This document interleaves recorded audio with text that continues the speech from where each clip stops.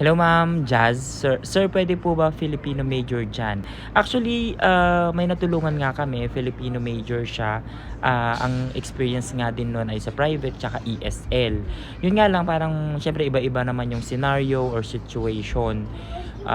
Depende rin sa school yan kung i-ha-hire niya kayo. Siyempre dapat may mga risk kasi yan sa licensing, medyo mahirapan kayo kasi dapat ah, yung field mo doon ka din mala-license. Halimbawa, ako business education, yung degree ko din dapat na ipapasa ay business din. So ganun siya.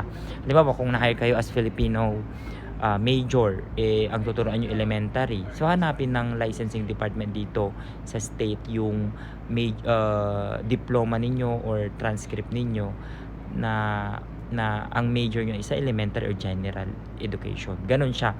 So sa pag-hire, depende naman yan sa school district if gusto nila. Pero sa licensing, medyo mahirapan kayo. Maraming mga Filipino major na nagtatanong sa akin, pero ang sinasagot ko na lang, medyo mahirap, pero pwede nyong itry. 'Di ba? Hindi naman natin alam kung sinong school ang mag-hire sa atin. And I also suggest to them na mag-enroll ng SPED kasi mas in demand po yun. At yun po yung route para sa mga mga hindi in demand dito sa US ang major. So yun lang, thank you.